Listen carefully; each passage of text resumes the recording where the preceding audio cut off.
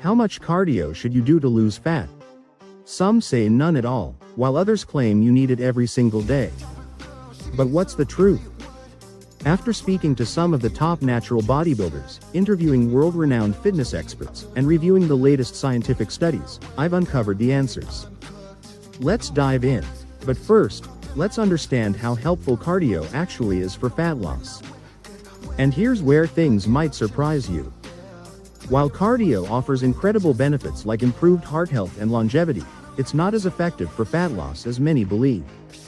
For example, if you burn 300 calories during a cardio session, you might expect to lose 300 calories worth of fat. But it's not that simple. Back in 2016, researcher Herman Pontzer introduced the constrained energy model. This theory suggests that as you burn more calories through cardio, your body compensates by burning fewer calories throughout the rest of the day. It does this subconsciously, by moving less, fidgeting less, or even speaking with less animation. On top of that, many people unknowingly eat more after cardio, potentially canceling out the calorie deficit they worked so hard for. Unfortunately, this research led to exaggerated headlines claiming exercise was pointless for fat loss. While that's an overstatement, the compensation effect is real and well documented. Studies show that people who add cardio without changing their diet typically lose only 20–50% of the fat they'd expect. But what about different types of cardio? Does high-intensity interval training, HIIT, fare better than steady-state cardio? Daniel Plotkin, one of our researchers, conducted a study comparing various types of cardio. Surprisingly, there was no significant difference in fat loss between high-intensity and moderate-intensity cardio. And even then, the fat loss effect was minimal, only about half a pound over 8 weeks. What if you crank up the cardio? Studies like one by Ross and colleagues show that doing 700 calories worth of cardio daily, about 1.5 hours of jogging, can lead to fat loss without dietary changes. However, this approach isn't practical or sustainable for most people. So, does cardio work for fat loss? Yes, but only if used correctly. Let's explore the most effective way to incorporate it. A recent meta-analysis ranked fat loss strategies, and unsurprisingly, cardio alone was the least effective. The best results came from combining cardio, resistance training, and a proper diet. Think of it this way. It's much easier to eat 500 fewer calories than to burn 500 calories through cardio. Cardio should be a supplemental tool, not the sole method for fat loss.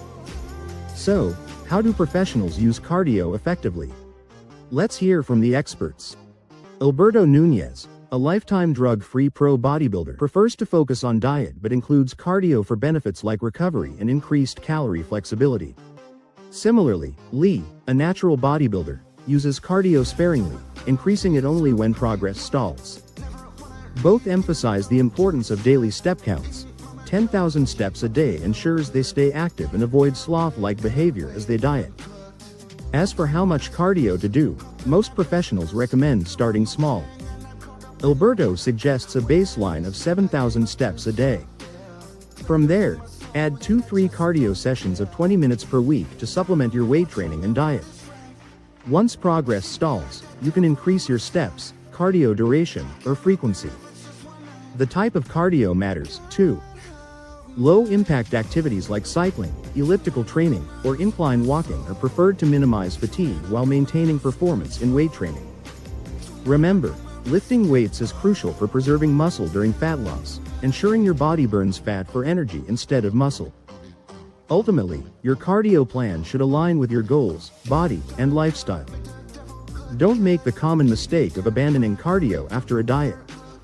Studies show maintaining at least 150 minutes of weekly activity, or 7,000–9,000 steps per day, can prevent weight regain and regulate hunger. Choose activities you enjoy, whether it's walking while watching a movie, swimming, or playing a sport. Cardio isn't just for fat loss, it's essential for your overall health and well-being. Thank you for watching. If you found this video helpful, don't forget to like, share, and subscribe for more science-backed fitness tips. Let me know in the comments what your favorite form of cardio is. See you next time.